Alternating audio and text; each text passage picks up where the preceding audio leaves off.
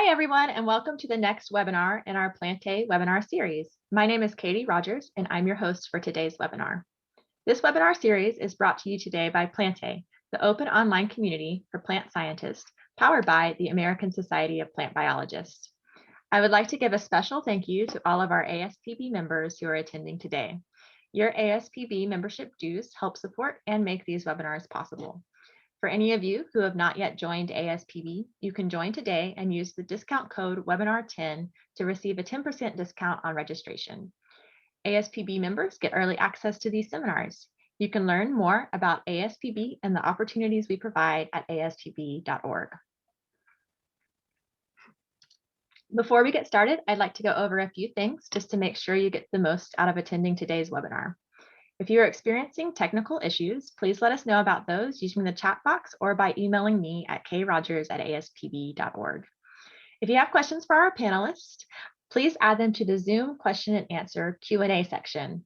We will moderate your questions and share them with our panelists periodically.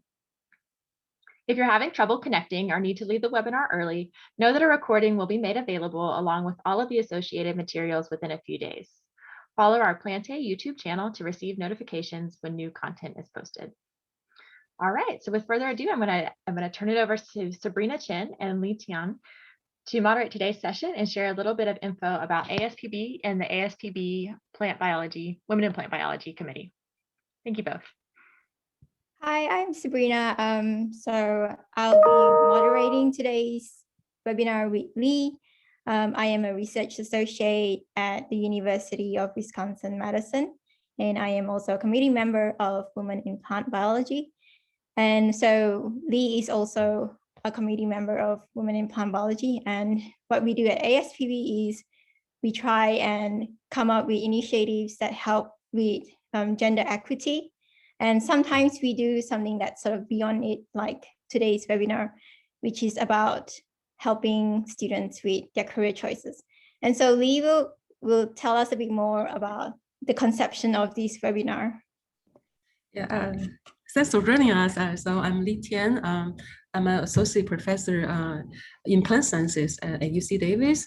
As Sabrina mentioned, I'm also a member of the Women in Plant Biology Committee of the ASPB. So it's really our mission to really promote gender equity and diversity, and also career development and leadership in plant sciences.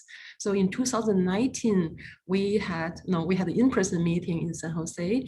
So after our workshop, we got feedback from the participants. So one of the comment was that, okay, so I'd like to learn about, these career paths for doctoral students or people with a PhD, but what if I don't want to get a PhD?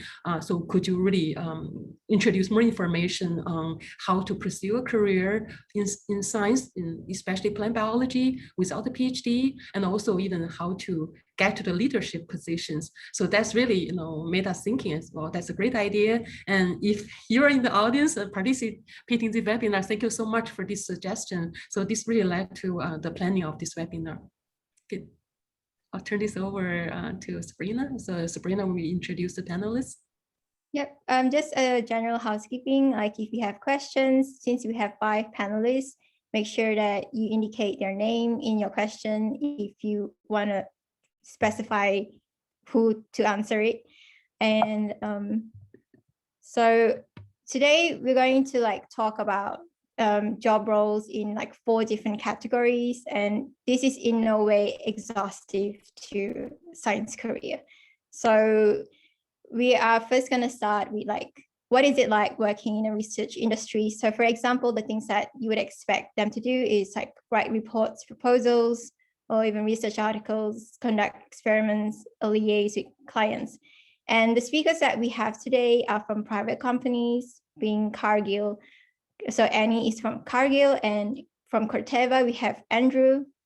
And then we also have a speaker today who will talk about science policy and governance. And in general, what they do is they track legislation, attend report on congressional hearings, write briefing papers, and also consult clients. And we also have someone from a private company, which is called Lewisburg LLC. And we have Eliana today to talk about that. And we also have a job description in project management, which includes budget management, manage and procure contracts, and also give technical advice. And today we have someone from RTI International, which is a non-profit company, and that person is Kyle. And lastly, we have someone who works in science communication, and she will talk about what is it like to research, write, and edit stories, what is it like to track research updates or produce articles. But she's mostly going to talk about how to produce articles, but there are some people who can do videos, podcasts, or radio segments, but we're not going to talk about that today. And so she is Courtney, and she's currently working for a nonprofit research institute, the Noble Research Institute, but she'll be going freelancing in a few months' time. So you can definitely ask her questions about how is it like working with a company and versus that with freelancing. So we're going to start our introduction today with Annie, and she will talk about her background and what is it like to be a scientist. Great, thanks for that introduction, Sabrina. Hi, everybody. My name is Annie Heiliger. I have a master's degree in plant breeding and genetics from Colorado State University. My current title is a genetics research scientist at Cargill in Fort Collins, Colorado. I, in my younger years, got a degree from Purdue University in psychology, and then worked for a couple of years, realized how much I really enjoyed science, and so I went back to get a second bachelor's degree, and that was in microbiology. At that time, I also worked in an evolutionary biology lab, just as a work study student, and that got me really interested in plant breeding and plant genetics and evolution. And I was able to help with some projects that included gathering and analyzing some data. And that was with John McKay's evolutionary biology lab at Colorado State University. So after I completed my bachelor's, I did work for the McKay lab for a bit. And it became known to me that there was a research assistantship that was available in plant breeding and genetics in the Soil and Crop Sciences department at Colorado State. So I applied and was successful in that and was able to procure my master's in plant breeding and genetics.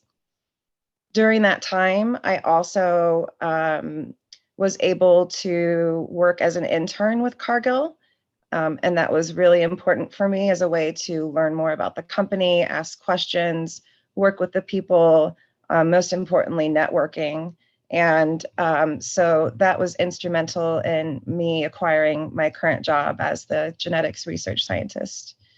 So day to day, I generally, I work with trade integration. And we are, our business unit is known as Global Edible Oil Solutions, and we work on specialty canola. So I introgress traits that allow for specialty canola and that help to increase yield. And I also introgress pathological traits too, such as clubroot resistance and blackleg resistance alleles. So what that includes is managing anywhere from 15 to say 25 projects at a time, where we're planting a number of plants, and we get the genetics data back on those individuals, and I make selections and then create a crossing list, and then those plants are harvested and replanted for another cycle. So those are just general breeding methods, back cross breeding. I also use a 5,000 GBS marker panel to help look at the background of those selections and choose the ones that have the highest recurrent parent percentage to move forward with, so that we can move forward with our trade integressions at a faster pace. I do also help with some things once or twice a year, such as QTL mapping, and take part in lots of meetings and brainstorming sessions and things like that. I've worked at Cargill for almost 8 years now, I think. And I didn't go straight from my master's to Cargill. There weren't really any positions that I was able to attain directly after my master's degree. So I worked for Syngenta for a year. I think that is important. Sometimes you just really have to just get out there and find a job that's relevant, and then move forward from there. So I think that's it. I'm really looking forward to your questions, and I'll let you move on to the next panelist. So our next panelist is Andrew. He's also going to talk about his job at a research industry. Sabrina said, my name is Andrew. You can read my bio here. I won't do but highlight a few of these things. First, I started out in microbiology. This reads actually very similar to Annie's. I worked a lot of bench work in between there and graduate school. I went to Iowa State for my master's degree, and I started out in the Macintosh lab and moved over into the Raudemehl lab. And this is kind of where I learned that plant science is actually a rather small community. I think a lot of us know each other, or we get to run into each other over the years. After doing my master's, I started about 2 weeks after graduating at Pioneer Hybrid, which is now known as Corteva Agriscience. I started out in the Accelerated Trade Integration Group, which is similar to what Annie is doing, except with soybean, which is probably a lot easier since canola's genome is a little more complex. Then I moved into a senior research associate role. And for those who don't know what that means, it's sort of the level that you enter as a master's degree, but it's not a requirement. You can be in that role as a bachelor's or PhD as well. And in that role, I work in the output traits, which is also similar to what Annie does, specialty type oils, protein, that sort of environment. And I work in what's called the pipeline group. And what that means is that we watch all of the new transgenics and new events that come out of transformation, and we evaluate them in a controlled environment setting and in the field, and we collect all the data on these to determine which ones will move forward. With that, I will pass it on to the next panelist. So the next person we have is Eliana, who will talk about her job as Science Policy Advisor. Hi, everyone. I'm Eliana Perlmutter, and I work at Lewis Burke Associates. And so we're a government relations firm that focuses on research, education, and healthcare. And we work with ASPB, though I'm not myself on the ASPB team. And so what government relations means is that we're advocating for research and education, and also tracking what's going on with the federal government related to these areas, and informing our clients and those in the scientific and education community. We're kind of like the nerd lobbyists. So I focus on earth and environmental research policy, as well as STEM education and applied energy, as well as a few other areas.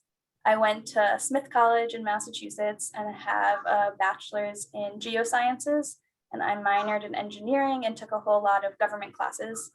I went into college interested in a lot of areas and wasn't sure what I'd end up doing, but settled on geosciences.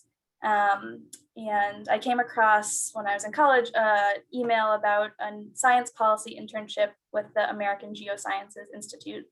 And before that, I hadn't really known that science policy existed as a discipline. But reading this description, I was like, oh, I don't have to choose between geoscience, sciences in general, and government. There's this really great integration of them. And so really enjoyed being in Washington, D.C. and learning to navigate Capitol Hill, being able to be in the room, hearing Congress discuss scientific topics, and realizing that advocacy for science is really important. Having people informed to be able to speak on these issues with policymakers is critical. And so I then did an internship on Capitol Hill with a congressional office, and then interned also in a district office, district congressional office, and sorry for some background noise. Yeah, then I've been working at Lewis Burke for 5 years, continuing to work on science policy for universities and scientific societies. So happy to answer any questions about science policy and my work. Our next speaker is Kyle Friedman, and he'll talk about what it's like to be a project manager. Hello, everyone. Thank you for the opportunity to be here and just talk to you a little bit about my background. I think all of us kind of have somewhat of circuitous journeys, and so it's always helpful. I know when I was in undergrad, depending on whatever stage in life you're in, whether you're in undergrad, grad school, or a working professional, there's so many jobs out there that we just don't know that exist. And so I was always looking for people in unique jobs to learn from. And so I hope this is useful for you. But so as I mentioned, my name's Kyle Friedman. I got a bachelor's degree in philosophy at the University of North Carolina, Chapel Hill. Can't really say I use a ton of that right now, but it was an enjoyable bachelor's degree. I definitely did a lot of writing, and that's certainly applicable today. But I think with many bachelors, you could do a lot with it, or not use it at all. And so there's a lot of opportunities. But my senior year of undergrad, I was a intern at a company called VIF International Education. I didn't travel a whole lot when I was younger. And so I think when I was in undergrad, I was just really interested in working for some sort of international company that was doing work either abroad or was promoting, some sort of international global focus. And so this company kind of develops global education programs. I saw international in the title and was sold. And so I interned with them end of my undergraduate studies, and then was hired full time and kind of worked through a couple of different positions until becoming their associate director of partnerships. Their focus in terms of international was there, but I was starting to kind of want to move a little bit more towards international development, which we could talk more about when we get to questions. But there's an organization in my area called RTI International, where I work for now, does a lot of international development work along with other social sciences research and kind of the whole gamut of any research you could think of. And RTI is a nonprofit research institute. And so I was really interested in moving into that organization to do some international development work. Again, wasn't really sure what that meant, but I wanted to travel more, work abroad more, work in developing countries. And it was really hard to get a job there. It's a big company, but I think there's a lot of demand for some of the positions there. And so it took me probably a year or two to really network. And I'm sure a lot of us are going to preach how networking is really important. But it took me a while to network, to find some people who were in roles that I was interested in. Get an in and be able to, have some people on the inside know me before I got a job as a project associate. That's kind of an entry level project management position. I sort of took a step back being an associate director. I kind of had to take a pay cut to take that position, but I knew it was the direction I wanted to go in, and I was fine with that. And so I started at RTI in 2016 and was managing a lot of U.S. Agency for International Development projects. And so that's a branch of the U.S. government that does a lot of work abroad.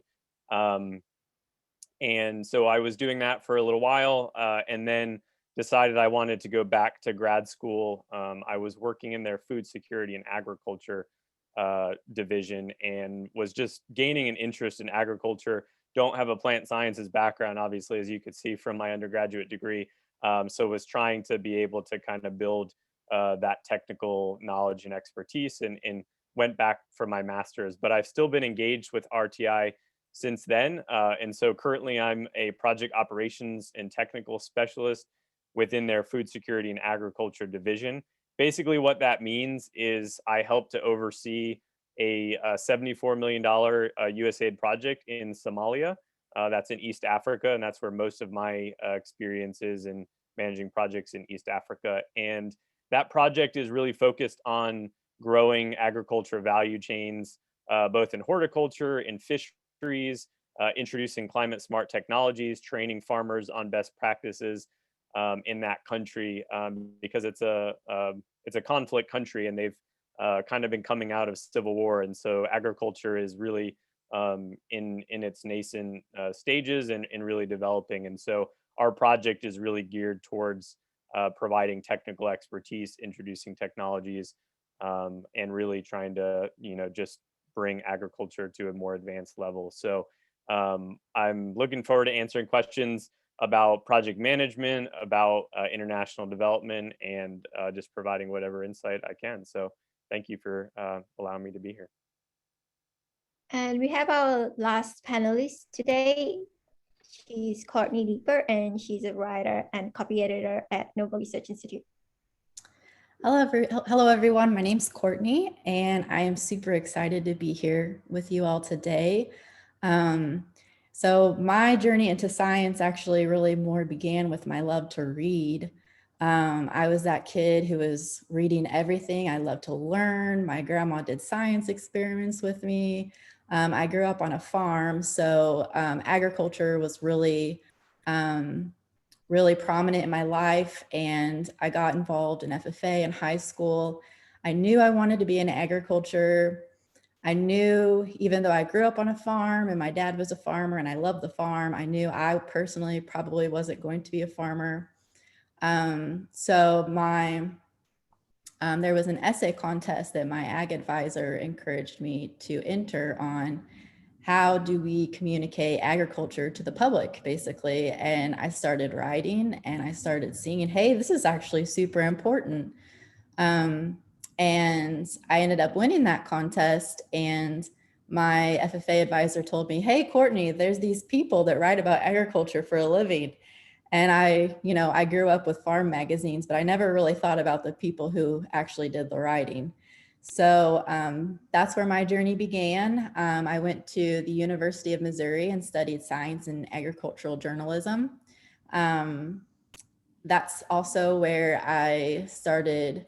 I always had an interest in science, and I always, found it interesting, but I never really knew much about it. I think in college, I had some experiences with more plant science majors, animal science majors, realizing how fascinating this is, how smart these people are, and how can I help them tell their story? So how can I help them get their information out into the world for farmers, but also for the public?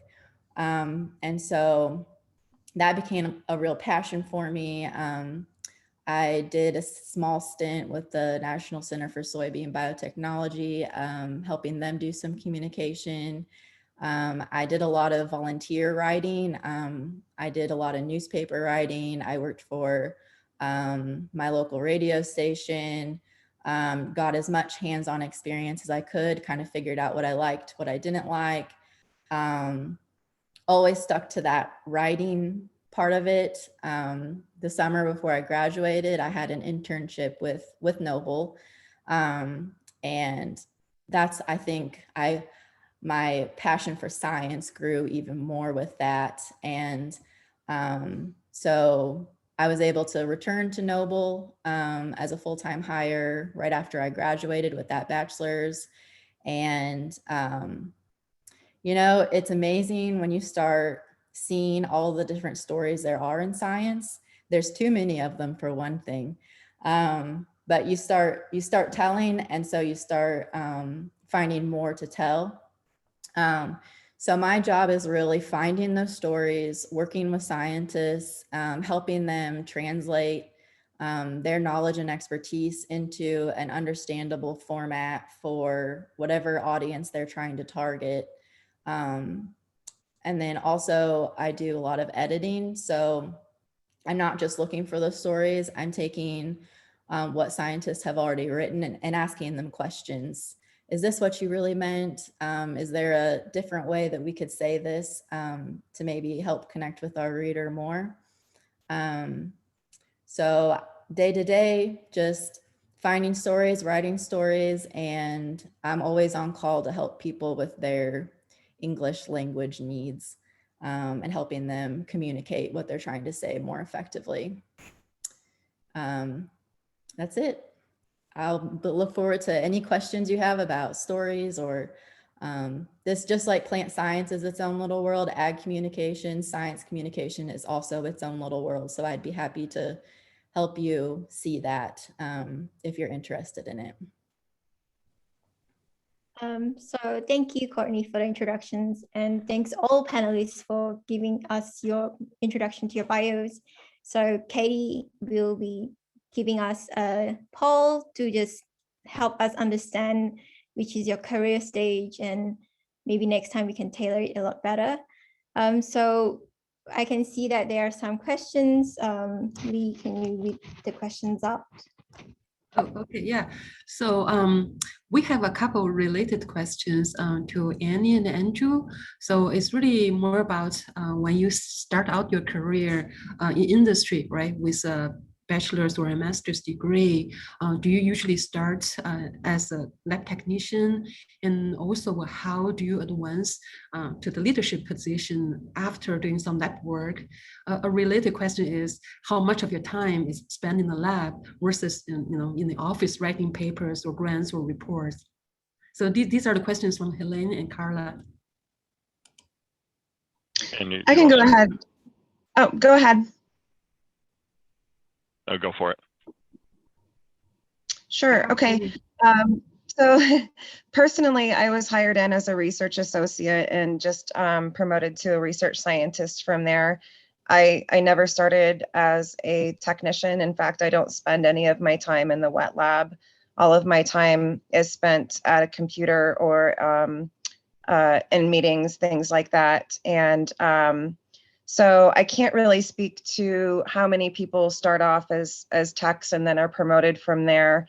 However, I do think it's important to state that there's more upward mobility in the private sector versus, say, at the CDC or the USDA, those types of positions.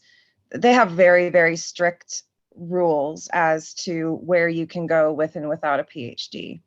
So in the private sector, it's my experience watching other people being promoted that, if they have some kind of a motivational plan or a developmental or a career goal, they need to be vocal about that. So let others know that that's what you want to do.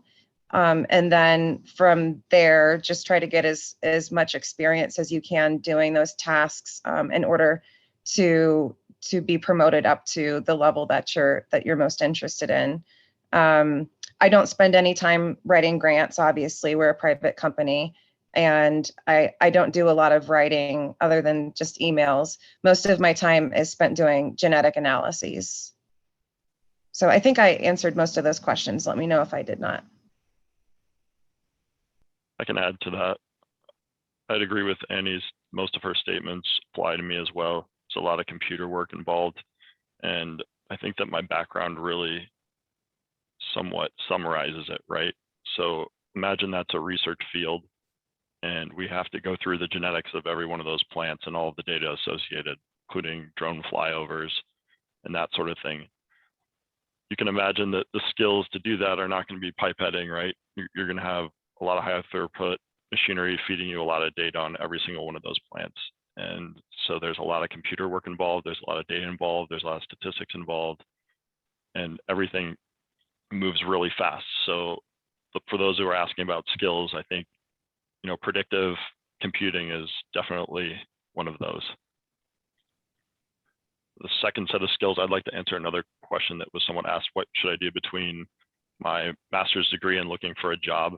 And I think that what Courtney does is an excellent thing to start with. A lot of people come into science not thinking about their writing skills or their speaking skills.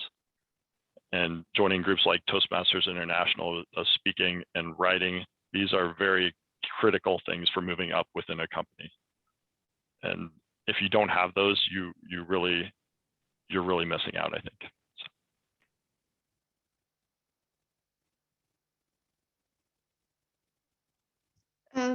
There is a question for Eliana about science policy. So someone asks, Eliana, do you have any advice on how to pivot as a scientist into science policy? Yeah, absolutely. So I have a few different ideas.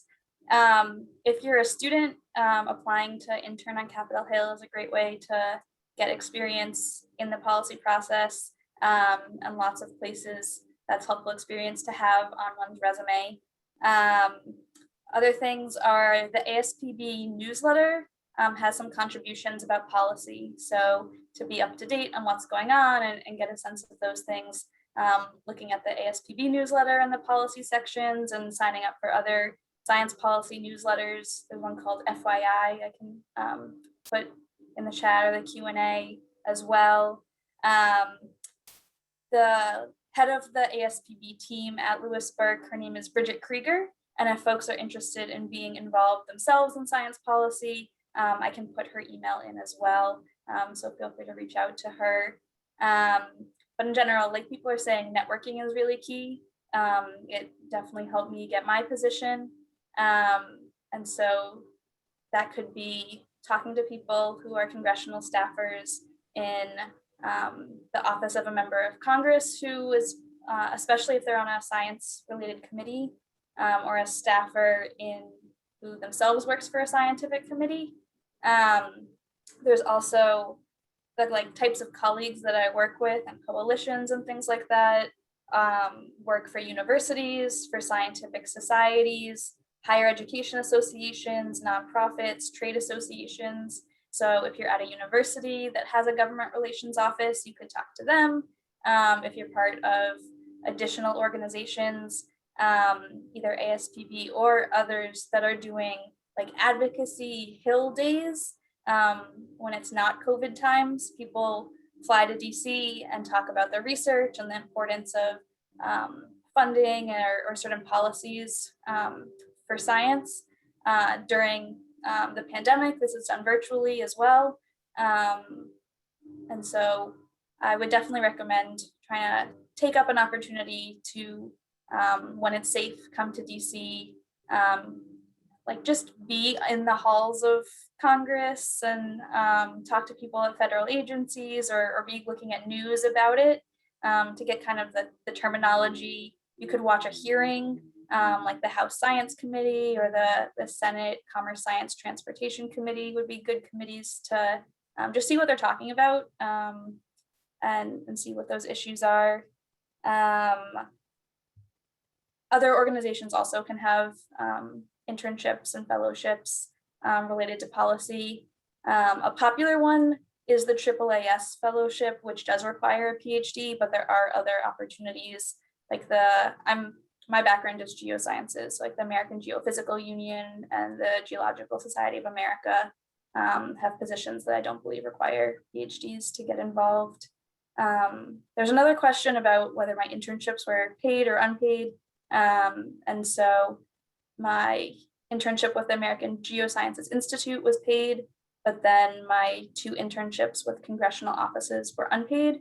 That was over 5 years ago, and I believe that more offices are offering paid internships, given increased attention to that need for accessibility for more people to be able to be involved with those opportunities. Okay, great. Thanks so much, Eliana. So there are a couple of great questions for Kyle.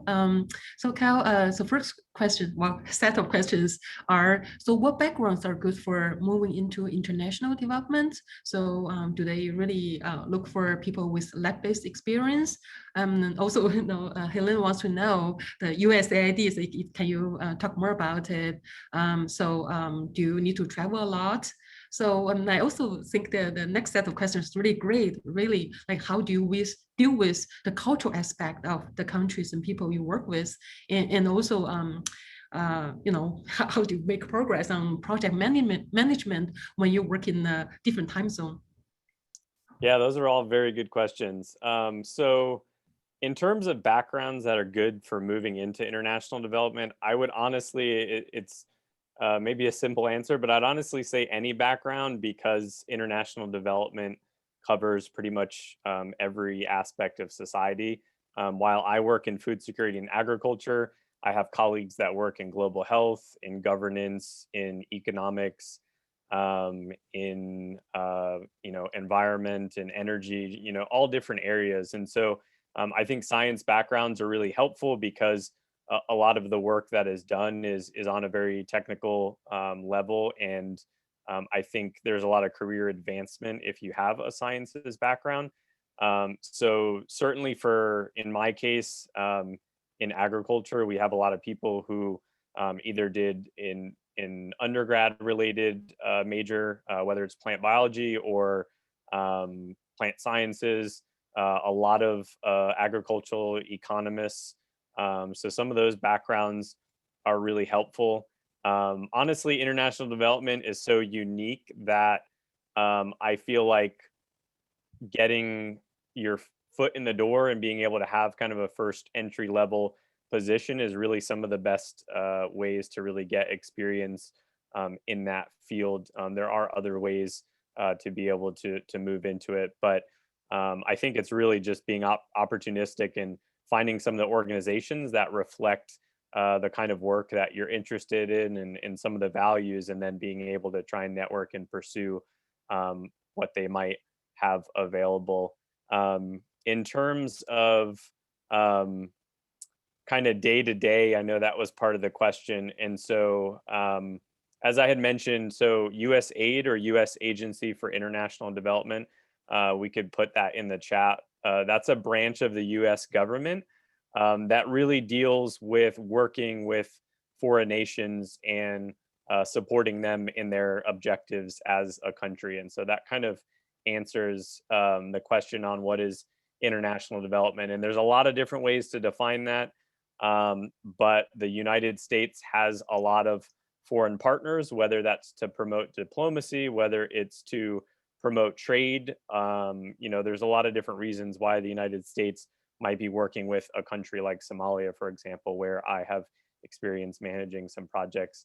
And so the day-to-day is essentially when you work in international development, pretty much all of those projects are issued by a government agency. So U.S. Agency for International Development. The UK has their own branch. Australia has their own branch.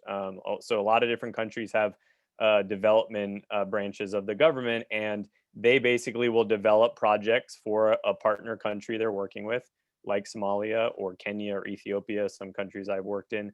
And they will issue a request for proposal based on the topic of what they're trying to do and achieve. And then all these different organizations, including RTI International, can apply, submit a proposal for that project. So there is a lot of grant writing and proposal writing and business development, which I think is very translatable to academia if you have an interest there. It's just a really good skill to develop. And so one aspect of my job is helping to work on those proposals. And once an organization wins one of those proposals, it's a very competitive process, especially when your projects can be $70 to $500 million. I mean, there's some very large projects that are anywhere from 5 to 10 years long. So it's kind of like managing a business, except you're trying to achieve these technical objectives to improve, society and populations within that country. And so I really started out focusing on project operations. And so that includes like budget management, human resources. And so the countries that I've worked in, there is a home office in the United States, and there's a field office in that country. And usually in that field office, there could be anywhere from 20 to 60 field staff. And so if you are working in project management, you're often overseeing that staff, supporting them, coordinating with them on training. As I mentioned, kind of budget management. There's a lot of things that get procured on these projects, whether it's agricultural technology, whether it's just vehicles for your team to operate in that country. There's a lot of client communication. And so we've talked a little bit about communication skills are really important. And so when the US government is managing the project, they are our client. And so we have to communicate with them regularly, provide them updates with what we're doing. There's a lot of training that takes place in the country that you're working in. And so we organize a lot of technical trainings. There's a lot of report writing. It kind of varies. I would say there's not as much, in my personal experience, there's not as much specific lab work that you would be doing. I will put a link in the chat to CGIR, which is the consultative group on international agricultural research. They have offices kind of all throughout the world that do have labs and that do very specific lab-based research and are still related to international development, just a little bit different than the project management angle that I have experience in.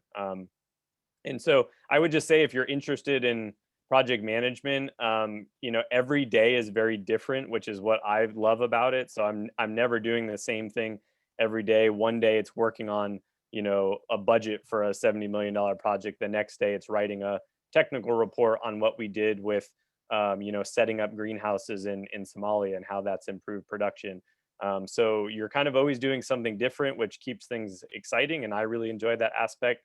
In terms of traveling, in my first 3 years at RTI, I went to over 9 different countries. So there can be a lot of travel if you want it. If you don't want to travel that much, you don't have to, but there is opportunity. And I think for me, that's been a huge interest, because I've been able to travel to parts of the world that I would never be able to travel to.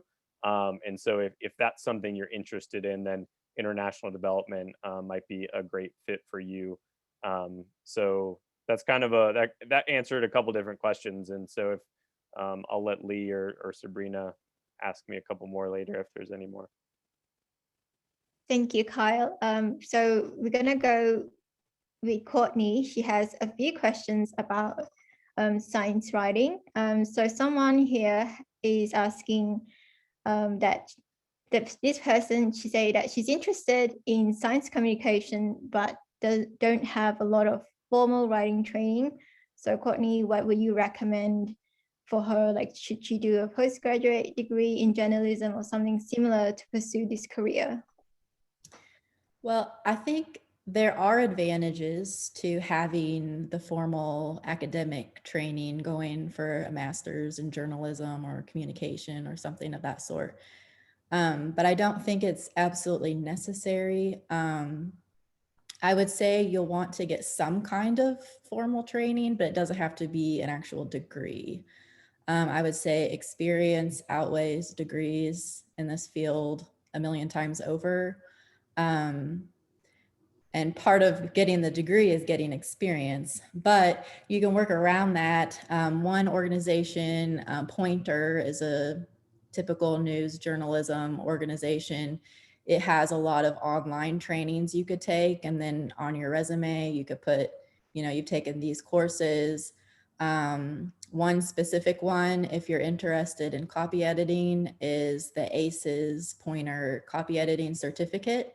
And then, certificate sounds a little heavier, so that's always nice. But again, that experience thing is going to be worth a million times. So to get that, I would say, if you're still in school now, even if it's not any kind of journalism, volunteer for your organizations to do communications for them. Look for opportunities to write about your research for the newspaper, or just look for opportunities to write, and also connect with people who are writing. Look at what you're reading. What kind of stories do you like? What kind of publications do you like? Start Google searching those writers and seeing if you can reach out to them. Join organizations. If you're interested in more, the ag side of things, Ag Communicators of Tomorrow is a very common organization at all universities. Get involved with that. There's a couple other professional societies. There's the Ag Communications Network, which is more on the ag side. We have members who write for places like Corteva, Syngenta, all of those places.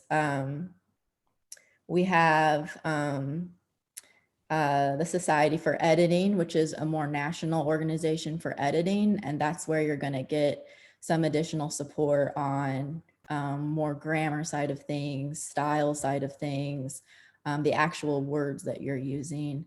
Again, Pointer is an excellent resource. There's also a National Association for Science Writers that gives some specific science writing networking connections. All of those organizations have student organizations that you can become involved in. They usually have discounted student memberships. And then you start getting that information and then connect with those people, find the people that you like their style, like their writing. People love to talk to students. People love to talk to people who aren't quite in the industry yet. It's a very, in my experience, at least, it's been a very welcoming, open community. People like being able to share story ideas and like being able to help people tell stories better. They like being able to help people connect to sources. You know, it's all about that networking. So find your people, volunteer where you can. I had both paid and unpaid internships in college. I always had at least one paid experience to pay my bills. And then I was also volunteering a lot.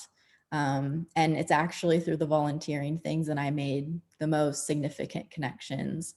A lot of times publications, if you're a student or a young writer and you're willing to write for free, they're willing to give you some space. So yeah, I would say the experience is going to outweigh the degree, but you have to get that experience. You have to get samples and clips so you can show potential employers. And the only way you can do that is if you start going out and finding people that you can volunteer for or that you can get some experience with. I hope that answers that question. I'd also like to add that ASVB has a lot of writing volunteering opportunities. So if you're an ASVB member, make sure to like put your hands up for any writing opportunities if you want to work on that. And I also like want to add on to a question to Courtney that someone asked that this person say that she has issues with grammar and her scientific writing is terrible. So how does she go about to improve that? Well, grammar, fortunately, is a skill that you can develop. So I would say take some of those classes, get some practice, get your writing in front of professionals and professionals that you know, and ask them like, what can I do to improve? I would be happy to do that for anyone. Connect with me on LinkedIn and send me a message and I can help you personally. It's just all about trying and working on improvement and finding the person that can help you with that.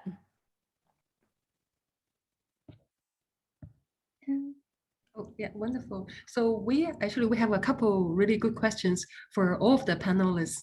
So we'll start with the very first one because it's voted the most. In your experience, in your organization, do you think that there's a hierarchy between the people with a PhD or JD degree and the ones that don't? So feel free to jump in, share your thoughts.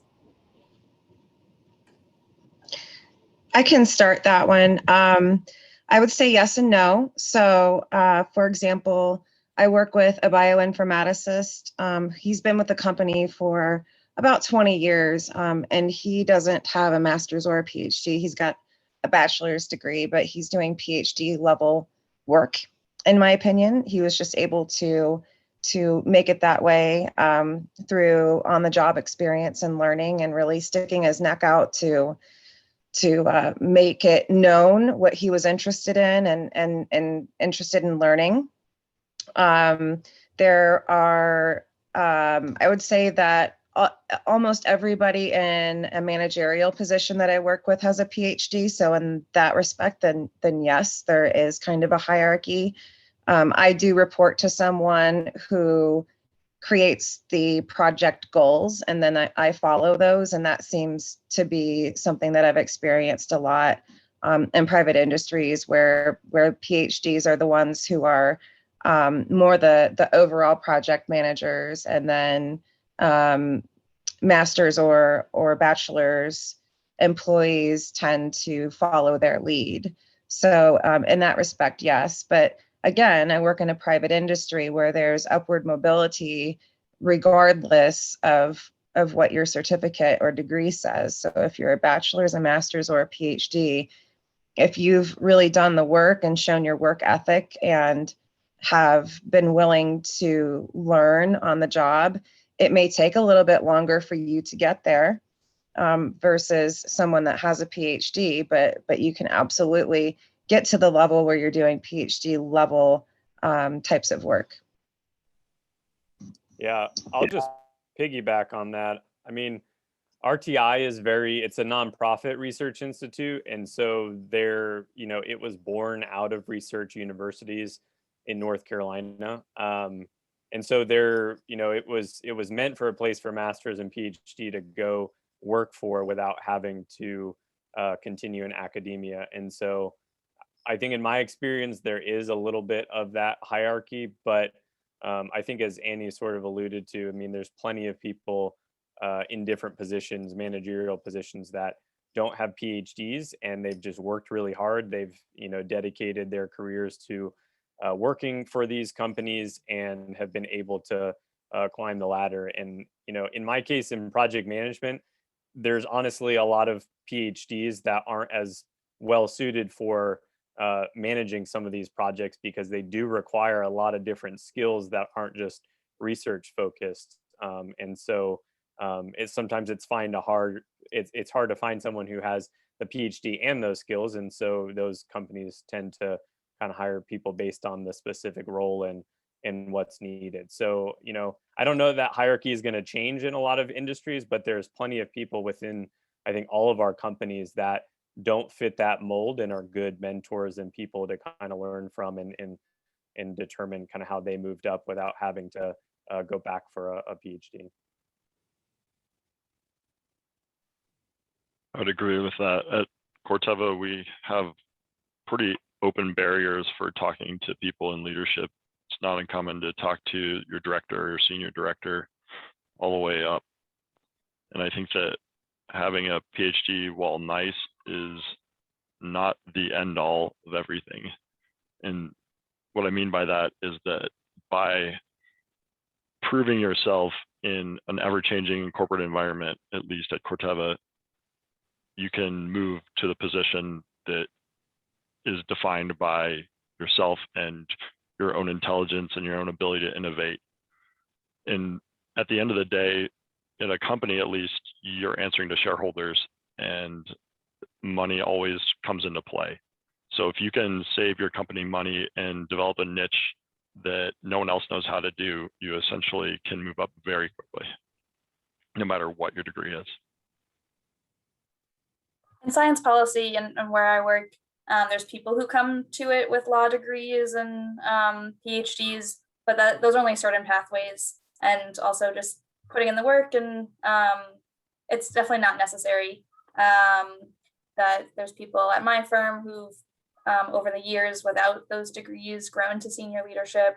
On Capitol Hill, if one has a PhD, they'd be more niche, and people can gain more specialized policy experience over time, but without the PhD, might be more of a generalist or might gain more niche experience.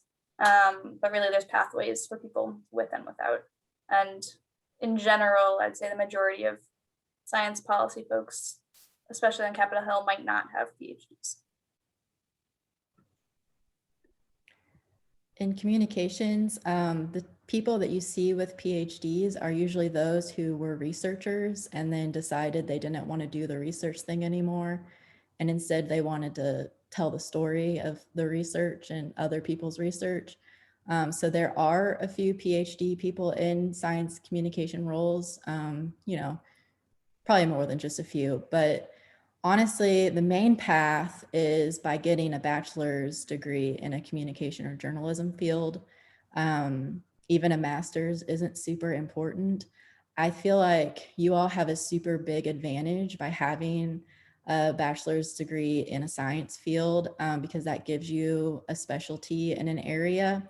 I feel like it would be ideal if you had the bachelor's in, say, plant biology and a master's in journalism. That would set you up to be an awesome science communicator.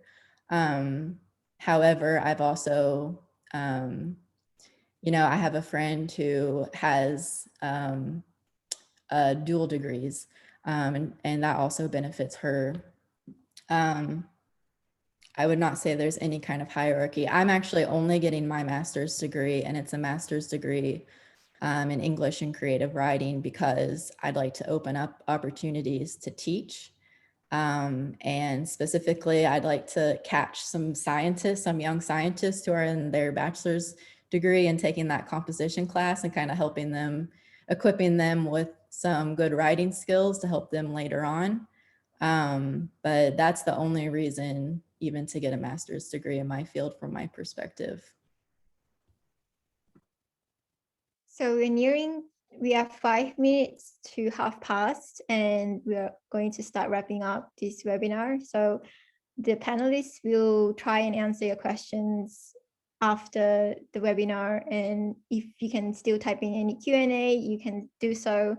I guess with the concluding remarks, can each one of you just give like a few tips that you found was the most helpful for getting to where you are today? I'll go ahead first. I think that the most important thing that altered my career path and my career goals was working in a lab when I was an undergraduate student, because that really introduced to me the scientific method, gave me a background in plant breeding, and I also had a fantastic mentor who would meet with me fairly regularly and answer my questions, which was just a really, really great thing for me. So, you know, number one, if you're an undergrad and are able, then I would recommend getting into a lab that supports your career interests. Number two, feel free to be picky about who you do choose to go work for, because some professors may have more time than others to be a good mentor to you and meet with you regularly, and also allow you to do more things than just collecting data. So I was lucky in that regard that my boss and mentor, Professor McKay, spent time with me and also allowed me to do lots of things outside of data collection. Secondly, I would say if you can get an internship, get an internship. If you can't get an internship, then just get your foot in the door somewhere. And everybody says networking, but I'm going to say it one more time, networking.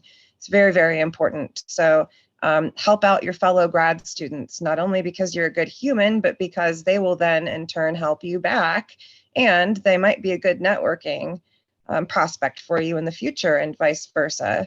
So don't be afraid to meet new people and ask lots of questions. Really let your career goals and motivations be known, and try to get opportunities where you can get your foot in the door.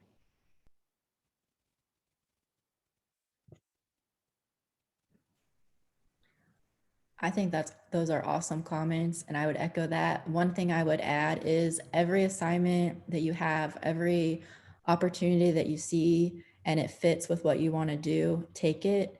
The assignments that you have, turn them into something that's going to match what it is that you want to be doing in the future, to give you opportunities to learn, to experience, to meet the kind of people that you want to meet. Just be looking for opportunities. And, you know, I'm very introverted and I get really nervous about those kinds of things, but I always remind myself, let the curiosity win.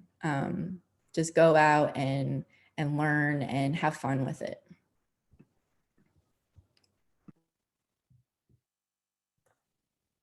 I think my key takeaways are that you don't necessarily have to pick between areas of interest, and can find how they supplement each other and integrate. And I agree with what folks are saying about to follow your curiosity and passions, and to network a lot. Just have conversations with people. It can be intimidating and scary, but pushing through that, those people can be your future colleagues and resources, friends, and just it's helpful to hear about the different variety of roles and what people work on, what their day-to-day is. So it doesn't need to be that like you're seeking something from them necessarily, just having a conversation, learning about them. Yeah, I would just add again, for stressing networking, I mean, particularly now in the pandemic, I think people are very open and eager to have more communication. And so, you know, if you find an organization that is of interest to you, that has jobs you are interested in, find people on their website that are working in it, you know, and reach out to them on LinkedIn, email them, whatever, and try and set up informational interviews are always helpful. And that's, you know, both networking and just getting information about what kind of job they're doing. But I would just say in my experience too, be open to, you know, sometimes taking a position that might be a little bit of a pivot or a different trajectory to maybe what your end goal is. Like I had said, I kind of took an entry level position after having a more advanced position. And, you know, yes, salary matters, but I think what matters more is that you're interested in your job and you find the job and the people that you want to work with. And sometimes you have to take, you know, a step back to go a couple steps forward. So that's been helpful for me. I think Kyle's comments are right on. We live in a world of change. Things are always changing. The best way you can do that is manage it. And by having friends that we may call mentors help us through each one of our stages in our career path or in our life is very important. I'd like to add one more thing to that, and that is my favorite interview question is, name a time when you had a conflict with a coworker and how did that end up, or what did you do? This is one of my favorite questions in an interview because I feel that in my life, most of the people that have helped me get through each of these career steps are actually people I did not agree with. So these are people I disagreed with, and most of the time I disagree with them a lot. And those are the people that I think have helped me through life and been there during all of my successful moments. So the one thing I would add is that to get comfortable with those people that in your life that you really just don't like or disagree with, because those are the people that are going to give you a new perspective and the diversity you're going to need to succeed. All right. Thank you everyone for attending today. We'll be sending you emails about the remaining Q&A, and this recording will be up on YouTube in a few days. And so thanks to the panelists for attending and helping us with this webinar. I think attendees have found it quite informational. So we do apologize if we can't answer everything, but yeah, thank you all for being here today. And I think this concludes our webinar. Thank you. Thanks for inviting me. I'd like to put out I put my email in the chat, so if anybody had a question for me directly, feel free to email me. Katie, do you have any comments from the ASPB?